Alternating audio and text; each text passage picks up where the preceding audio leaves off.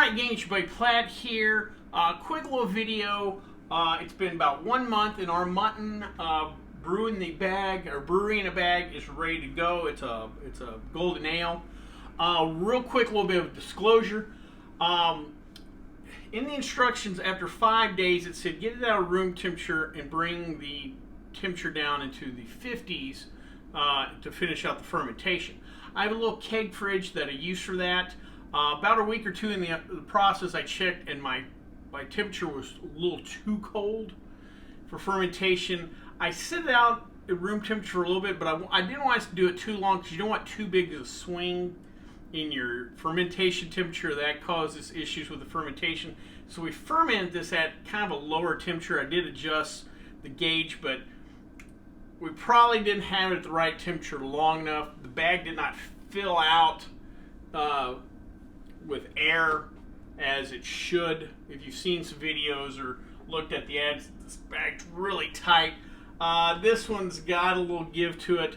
Just want to let you know up front that it happened.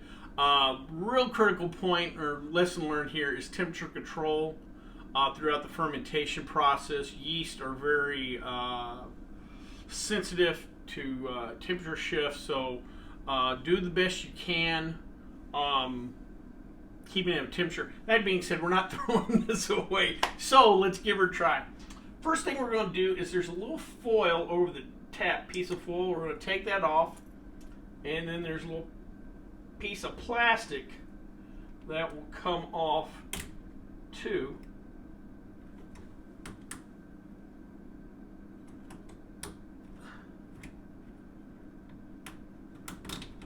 Alright,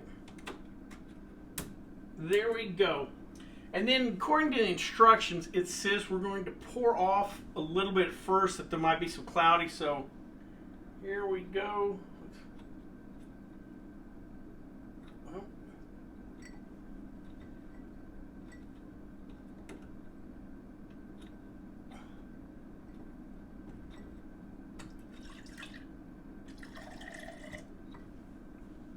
Alright, yeah, there's a good bit of cloudiness. But I do get bubbles. Yeah, quite a bit of cloudiness. That first half beer is going to have to go. So let's go ahead and pour. Oh, that's a good beer.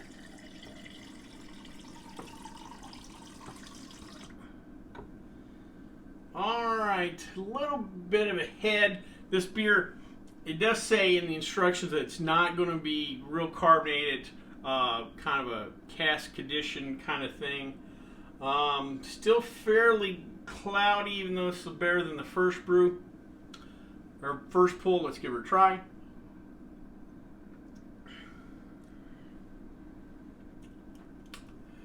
A little sweet.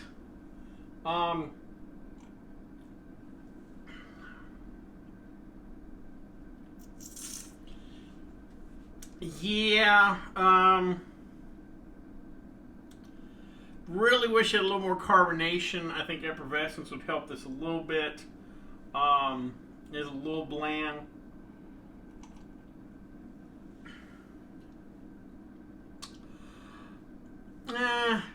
That's kind of the best. It does. I can taste the malt extract. This kind of taste-wise reminds me of some of the Mr. Beer kits I tried years ago, and a lot of times it's just an older can of hopped malt extract. Speaking of hops, there's not a lot of hops in this beer or in this style. You know, kind of a generic golden ale or pub style ale. You're not going to have a ton of hops, but